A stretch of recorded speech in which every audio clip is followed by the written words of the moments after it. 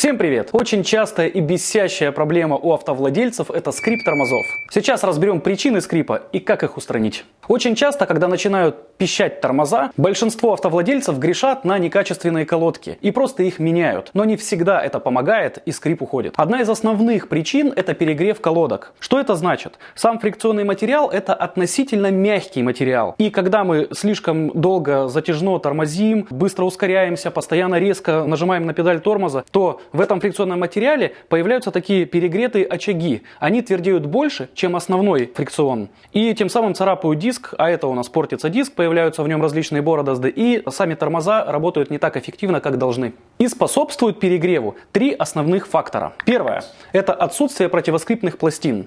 Что делает она? Противоскрипная пластина забирает на себя часть тепла и рассеивает его. У нас в Авантеке, само собой, пластины идут в комплекте и даже противоскрипная смазка. Так как противоскрипная пластина – это обязательная деталь, которая задумана была не производителями колодок, а именно инженерами автомобилей, то их обязательно нужно ставить. Следите за мастерами в СТО, не всегда они это делают. Второй фактор – это противоскрипная смазка. Она наносится на тыльную сторону колодки и сверху надевается пластина. И также в местах примыкания колодки к суппорту. Смазка нужна специальная, с правильным составом, потому что другие смазки, такие как графитовые, силиконовые, они очень быстро вымываются и перегреваются.